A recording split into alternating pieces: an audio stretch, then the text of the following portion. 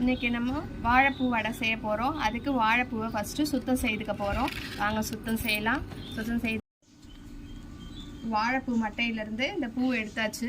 இப்போது இப்படி பண்ணிவிட்டு இந்த நரம்பு சொல்லுவாங்க, இந்த நரம்பு க்ளீன் பண்ண போகிறோம். இந்த நரம்பு எடுக்க போகிறோம். எல்லாத்துலேயும் நரம்பு எடுத்துகிட்டு அதுக்கப்புறம் கட் பண்ணிக்க போகிறோம். இதுலேருந்து நரம்புலாம் எடுத்தாச்சு. இங்கே பாருங்கள், எடுத்தாச்சு. அவ்வளோதான், முடிஞ்சிடுச்சு. இனி கட் பண்ணணும். இது வந்துட்டு அப்படியே சாப்பிட்லாம், வெறுமனே சாப்பிட்லாம், நல்லாயிருக்கும். அதனால் இதை எடுத்து வச்சுருக்கோம்.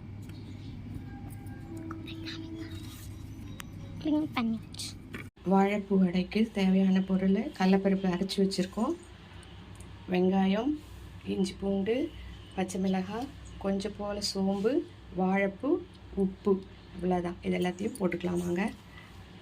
வெங்காயம் போட்டாச்சு, சோம்பு கொட்டியாச்சு, வாழைப்பூ போட்டாச்சு,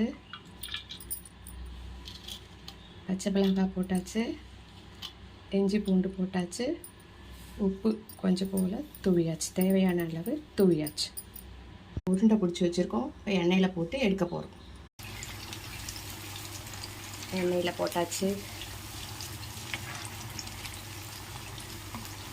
வந்து கலர்ஃபுல்லான வாழைப்பூ வடை ரெடி.